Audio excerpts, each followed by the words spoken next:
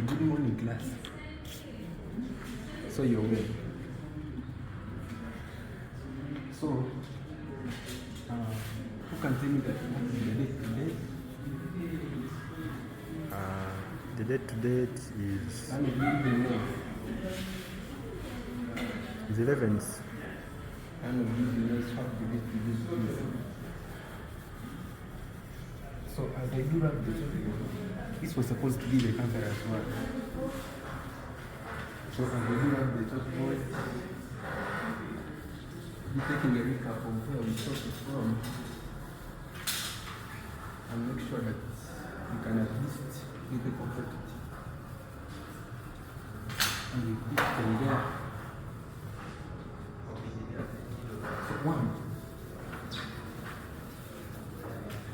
Actually, do you know that today I'm going to introduce a new topic because I think we are all on with the last one. And as I was marking the scripts for the last topic, some of you guys still have mistakes because we are talking about conservative forces and non-conservative forces. So I found that some of you still have problems with those forces. You can't differentiate what is what, which one is which. But hope for this topic, just become to get some concentrate.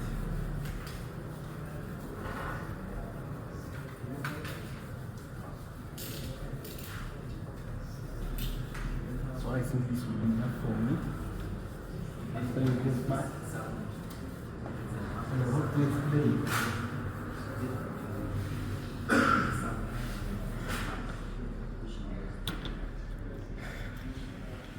Actually, I feel happy to be in your class this morning. How are you guys? How are you feeling? Are you okay? Are you feeling the vibe? Are you feeling the energy? So, without wasting any of my minutes, we will begin.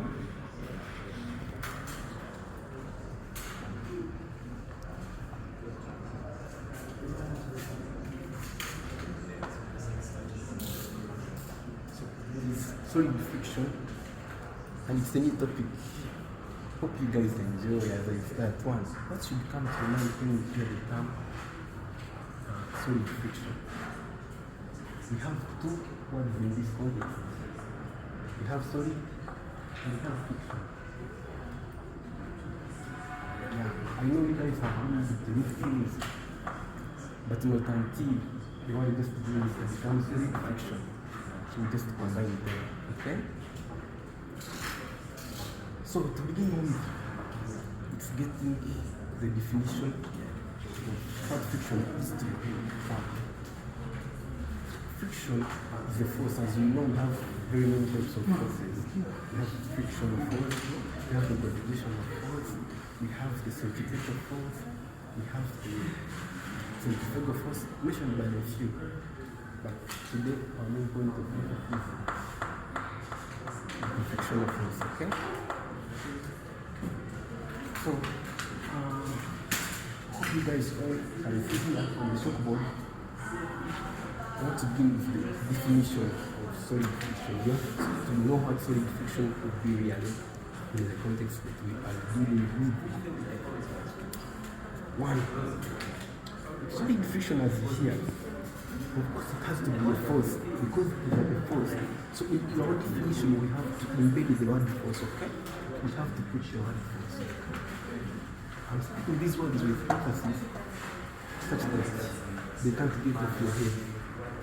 So it's very force.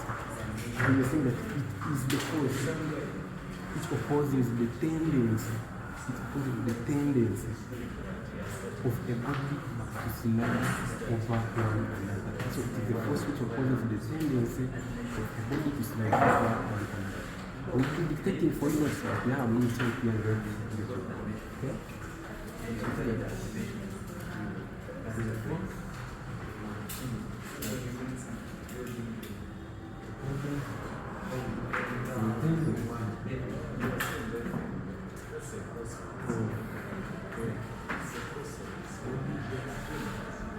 Slide over one another. Beautiful. It is a very good definition, by the way, in science, because it is on friction. but we have life simplified in different contexts. For example, I want you to imagine just to have this one in your mind. Of course, we shall have more of the regulations. But for the start, I want us just to be taking imaginations. Hope you guys have been on roads. Some of you have his own car. Okay? So I want you to take an imagination in your head and see. Just imagine you driving or your dad driving a car. And it's fiction. So crazy. Actually, that will never not happen. Okay, you can drive a car, but we have three possibilities. All the impacts, all the outcomes that will actually take place as we talk on the driving. But it is possible for you to get an accident easily as in which way I can explain. When you drive your car, but I'm trying to break it down to apply the brakes.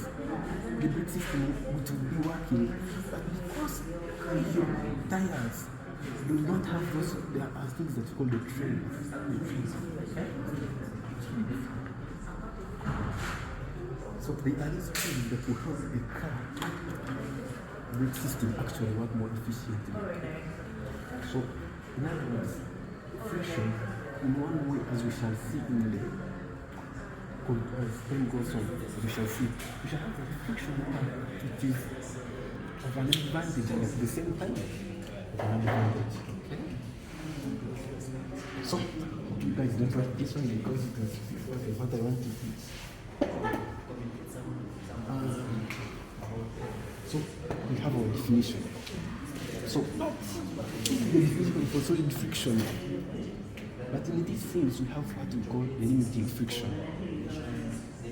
So I want to bring to your mind a light of what limiting friction is. Actually, it is the mastermind behind this topic of solid friction. Get it? So solid friction, as we have seen the definition for the limiting friction, it does not deviate much more from that of the limiting friction, but instead add some few things of which I want to let you know. This is not okay. Yeah, you guys enjoy the lesson, don't get one. You have a new term which is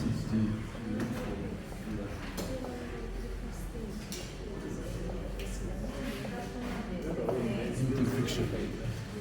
So, by definition, I can say that the limiting friction, this is a stage, or it can be like a maximum, okay, frictional force between two bodies that actually just want to get in motion. For example, I want you to imagine I want to do a simple demonstration for you guys to get what properly what I'm meaning. So this is a lesson. But as you see, of course, as you see, it has the so-called the trees. By the way, these are the trees related to the ones of the car. Okay, these are the trees. So I want you to imagine these trees getting intact with another frictional or a frictional surface. For example, let me demonstrate. Remember, don't forget that I'm talking about limiting friction. So, as a force has been applied to this body, it has to move. But there is that point where my object has not yet moved, but it is at a point of moving, okay? So for example, I'm pushing it. So at this point, it is about to move forward, but it has actually not moved. So meaning what is causing it not to move? There is a maximum frictional force between this surface here and the surface of the body here. So it means that should that force reach the maximum limit of friction, so that frictional force has to be overcome by the force that is being applied, and now my body has to move forward like this. Now I'm no longer working within the limiting friction. Okay? So hope you've gotten the one. So the definition we are saying that it is the maximum frictional force that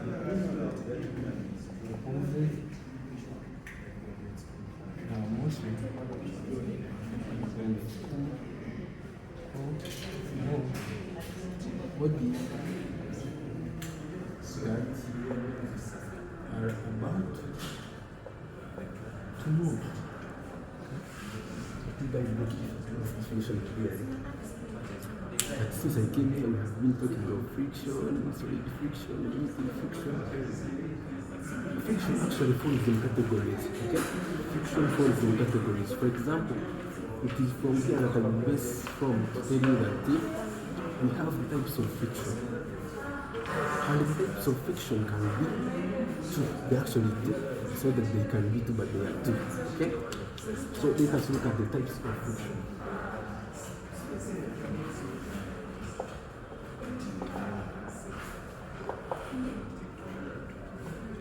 Types of friction. So this being a new topic, I don't want us to go at that pace.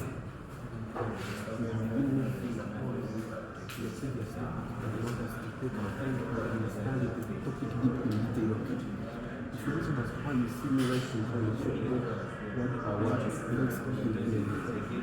So to take you back to the types of friction, I told you there are one. Of course, we have seen that there is that friction which occurs between bodies which are already in motion. The bodies have already, they are just like already in motion. And also, there is that type of friction which takes place when bodies have just been stopped, but the body is about to move. I'm not talking about the limit in equilibrium. Meanwhile, the frictional force here is not maximum, okay? Yeah, it is not maximum.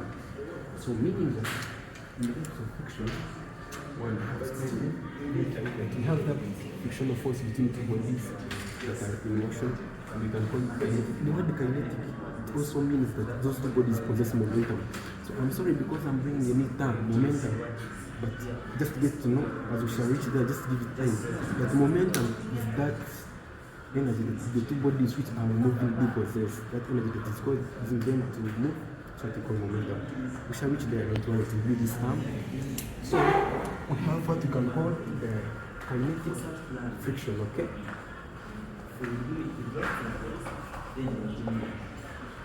But of course, what comes to your mind when you hear the word kinetic? We are saying that it is moving. And motion has something to do with dynamics. In other words, the kinetic object is a dynamic object because dynamics means from changing from one place to another or changing from state to state. Meaning, if I don't say kinetic friction, I may say dynamic friction, okay? So I have dynamic. I hope this is steering. At the steering, dynamic. You don't have between D and Y, dynamic. So I want to talk about dynamic friction and possibly give you the examples of what dynamic or kinetic friction could be. So I can say that dynamic or the kinetic friction, it is that force which opposes the relative motion between two bodies which are in motion. The bodies have to be in motion. Motions, they have to be moving, they have to be mobile. That is what we refer to as the kinetic or the dynamic friction. And secondly, of course, we shall talk about the static or the standing friction. But before, let me first write this one.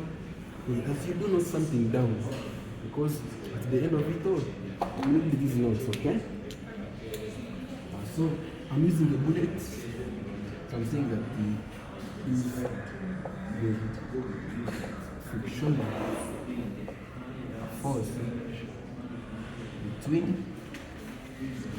two objects or bodies. You can use the word objects or you can use the word bodies, okay? Two bodies. For simplicity, is this one, bodies. Already in motion.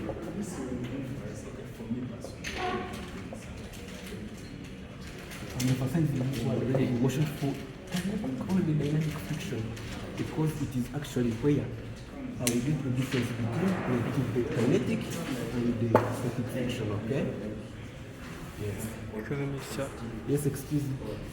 John, how comes that you're asking the question at this time, okay? I wanted to clarify more about that. I want to get more clarity about that. Is it like for the kinetic dynamic friction. Like it is in all dynamic systems, even when me am moving, do I normally face that friction on a Maram road? Actually, I expected that question from a serious student, but finally, I see that you're serious. So, to answer his question, okay, immediately I want you to just focus on this question as he is asking. So don't get far out from the question. He's like, as he is moving, does he experience the same type of friction when he is moving, just moving? Probably my answer will be a yes. But how does it happen? It is not that when you are moving, it is you entirely to face that friction. Friction has to be in some body parts. I'm now referring to a person, so I have to talk of the body parts. For example, when you are in motion, what is exactly intact or in touch with that solid body or the surface on which you are moving that has frictional force on it? One, it has to be the feet. So if not your feet, it is those shoes that you are putting on. The shoes, get what I mean by the shoes. So the shoes actually have the trees. That's I told you, the trees. In this form, the trees are this form. Get? So on your shoe sole, all of you have got this particles of this structure. So it is that friction that actually your shoe or your feet develops with that body or the ground on which you are. Hope you got your answer. Yes, sir. Thanks for asking. Keep on asking. Don't relax.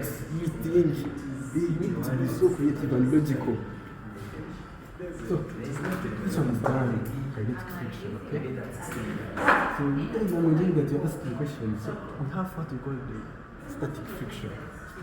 Friction. So, static friction. But if you cannot call it the static, because you know, static is something to do with something that is not emotional. So, static can also be as well called the standing friction. This one is trivial and you have been able to it, so it's not new in your ears.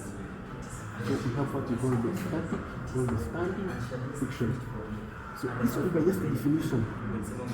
By definition, so this is the frictional force that exists between two bodies that are not in motion.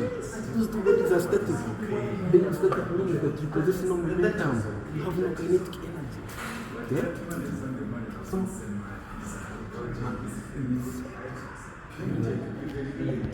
friction force between two. Actually, the bodies may not only be two, but they can be two or more. Okay? So I'm going to use the one as well. Body that are not. I use the word mobile. But the word mobile, I have attached it consistently with the word non.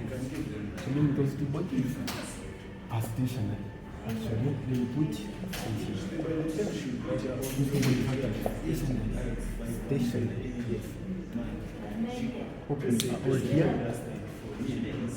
So we've talked of the kinetic friction, we've talked of the static friction, but now I know that is not enough for you to get what is actually really meant by these two types of friction.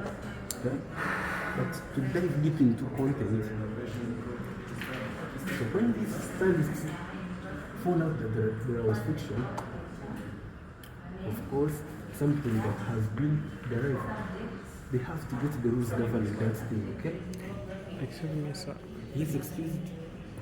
Could it be the same reason why when we are constructing our house at home, Yes. I used to put the wheelbarrow Yes. on an inclined step, but the wheelbarrow could surprise me that it couldn't fall.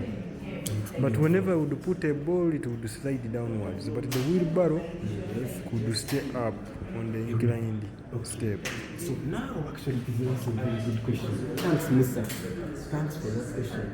So it means that I have talked about something like laws. we have some laws governing that actually that is friction, kinetic friction, because you expected that wheelbarrow to either move backwards or to slide off, okay? So it is the reason as why I want to talk on the laws of friction, because we somewhere admit that we shall be talking of the area of contact, okay? We shall also be talking, of course, friction. I've told you about the nature of that object. For example, a ball. Which ball were you referring to? A smooth one, or just to use local balls around? It is this This that big one that those players will see. no, it was our baby's ball, but it is normally gilt and smooth in a way that even when the baby is bathing, normally plays with it. The baby can't hold it firmly. Oh, actually, you have two in your office. When your office came here, they just donated those balls to us, and we have them too in the bosses by now. So how I wish it was near and just show them to you and I demonstrate that experiment to you. But we shall have some demonstrations here, don't worry. So to answer this question, so the ball, as you see the ball, I didn't want to go this far because we don't understand. Let me just explain something to you. So do you see the area of contact? Area of contact. We shall reach a point and we talk of something like a reaction. Actually, a reaction has to be a normal reaction. It is also a force, normal reaction. And to let you know, a reaction is also a force. Okay? So we shall have a normal reaction. But he's taking me so extended, and I just wanted to explain these things to him. In a few coming minutes, okay, because I'm going to talk about the laws, and it's what I actually wanted him to understand me from, okay? So you can be patient for me as I come towards your question. I know what you want, but Okay, teacher. okay. Yes. So I was talking about something like now we're done with static friction and we're done with kinetic friction. So let us talk about something like kinetic friction in detail now. Back to kinetic friction. Because there are these laws of friction that elaborate what kinetic friction is. So let us talk about the laws of friction. There are four, but majorly or basically we look at the three. The fourth one is just the minor. Okay?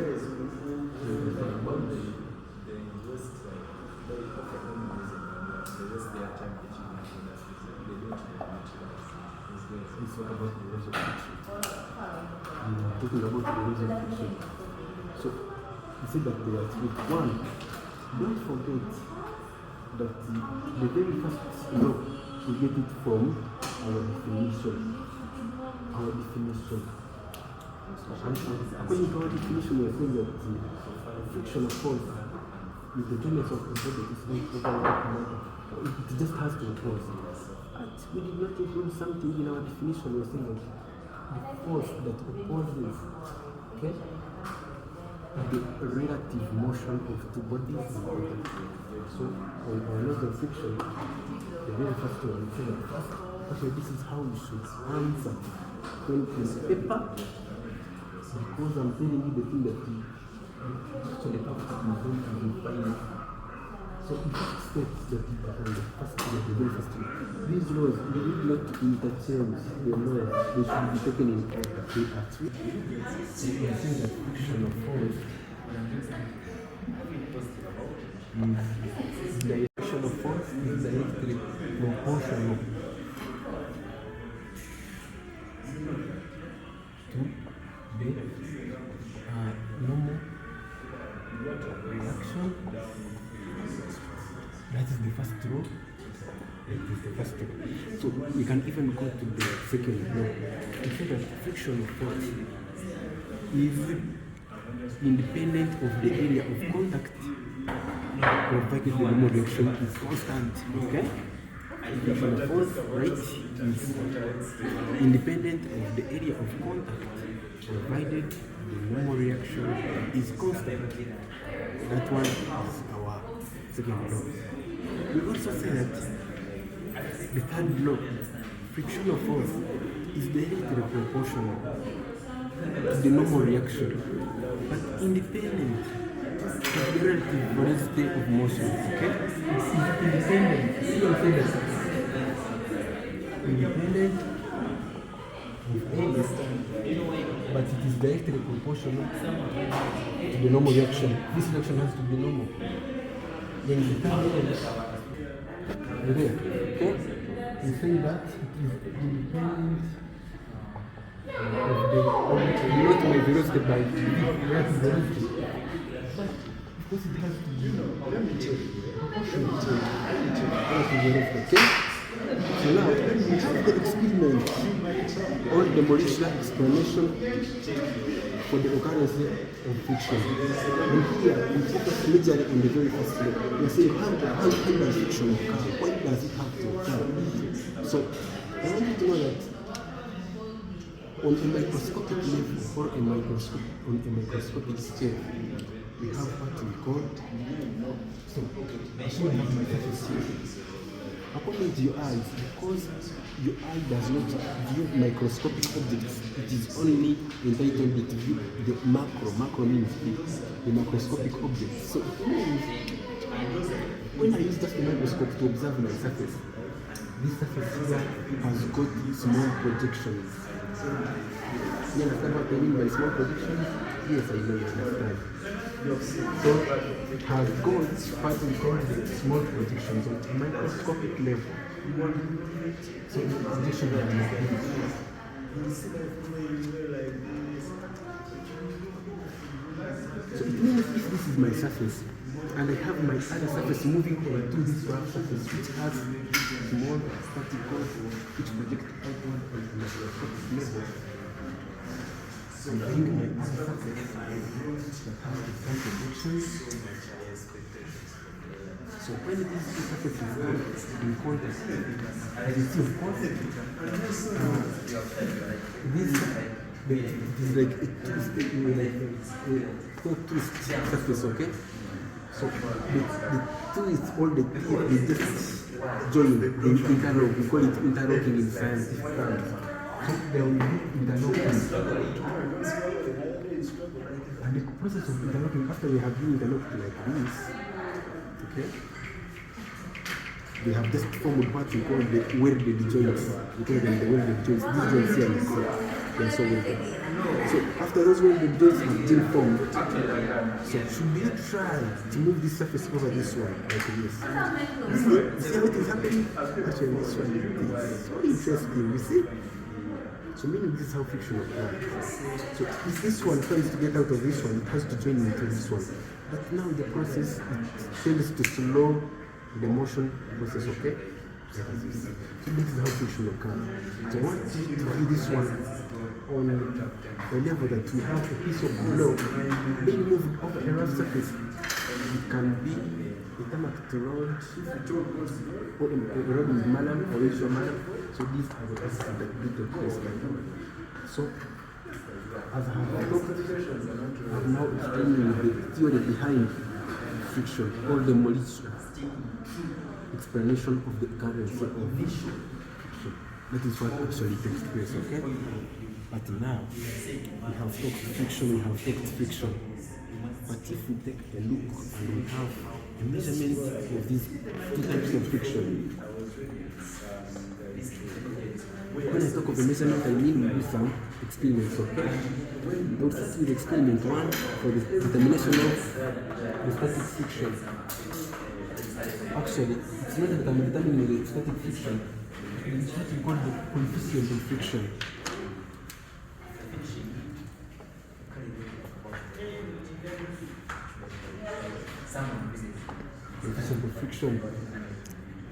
Coefficient of friction actually is denoted by delta.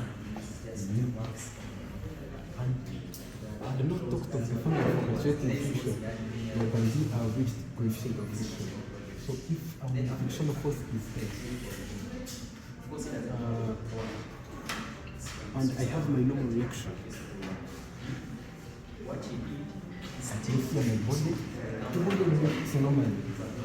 And I call my normal reaction as well. But according to Newton's laws of motion, as we saw first time, we saw that the normal reaction is And then according to Newton's third law, normal reaction, actions and reactions are equivalent. So the reaction is equal action. So this coefficient of friction multiplies with the reaction to give us the friction. So in other words, I was trying to bring to your eyes what the coefficient of friction really means. Okay? So since this coefficient of friction, it is that constant that determines the frictional force. Okay? I don't want to go much in details of this one, but as we see, it is frictional force being equated to the coefficient of friction.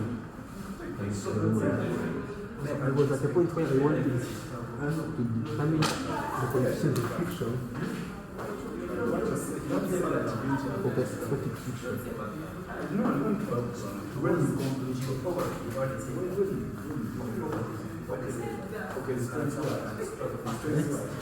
This one is the static friction. So this one is not. So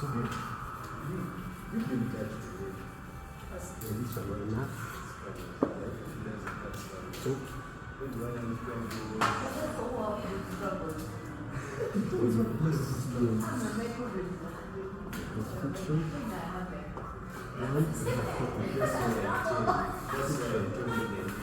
So the setup is like this. You have your plane lying on the surface. Or you just get your body in it. I'm not drawing because I want to do something about it. So you get this plane from the surface and you raise it to your body. Okay? Until you get some angle at which this body it feels like it wants to move. In other words, it is limited. So it just wants to move, but it has just started to slow down.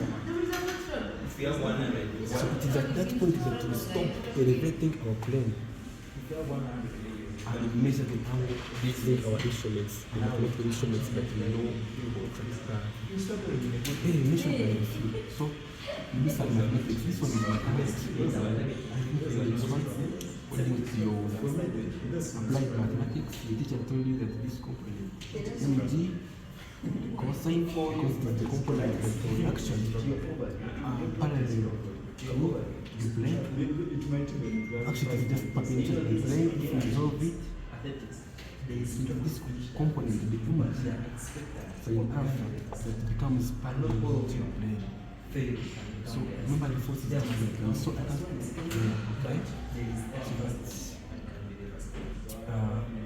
as we said that if it wants to move this way, this line, it means that frictional force, for it opposes, it cannot go hand in hand with motion, not in the same direction, okay?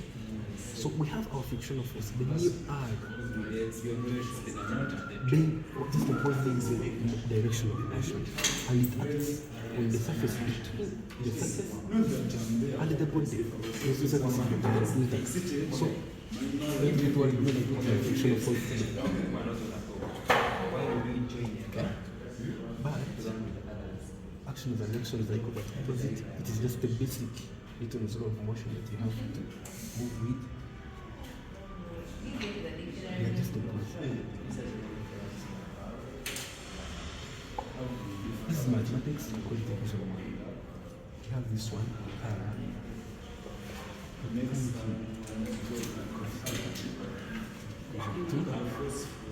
How many of you have realized that equation 2 can go to equation 1?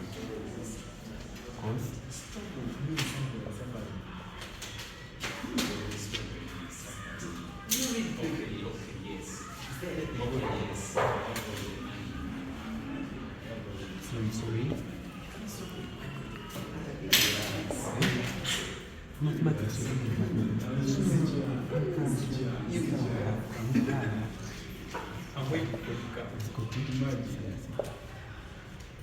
These are the steps that I want us to follow. So, trigonometry, you divide by a cos by a cos. So you get mu times theta. So for static friction, when you want to determine the sort of the friction for static friction. It's just a matter of taking your time with it, okay? Yes. So now let's go to the actually this is a factor that applies for the kinetic friction. But what changes here is that each time we elevate, each time we elevate an angle with our plane, and we have to measure the angle here. It's the same thing for kinetic friction. So already this was for kinetic friction, okay? This was one. So let us go to method 2 of static friction.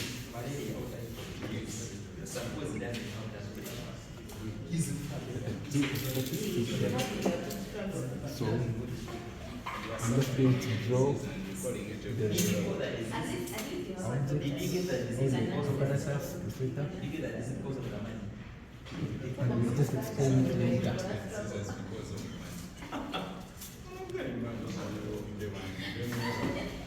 Yes.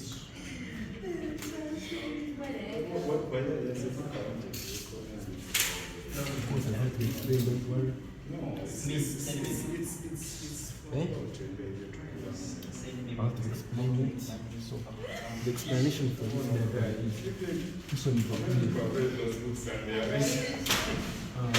all these masses which I've added here, my capital M, because this one is my small m. My body is moving relative to this direction, so my friction is in R, okay? So this is what I'm actually doing. So the other one, I first measure the mass of this scale pan easy. I also measure the mass of my small a, the mass of the block, okay? Actually the block. So I just want us to go. So this is the table, don't forget it is the table which we are conducting experiment. So meaning I start. So I say that masses as the setup is connected as shown above. So masses are added to the scale pan one at a time, until the block just wants to move until it is in motion, okay? So when you have this history, that is, remember the mass of the scale panel contents. It's what we call our M, this is our mass. The mass of the glass block, scale pan and content. So the mass of the glass block of this block is small m. So to get the coefficient of friction, I make this small m divided by the capital M. So I want to prepare some activity of integration about solid friction. We hope you guys have enjoyed, and I want you to do it in person, not to forge around. You guys have always forged around. But this time, I'll be in touch with the class counselor to make sure that you come up with what we want from you.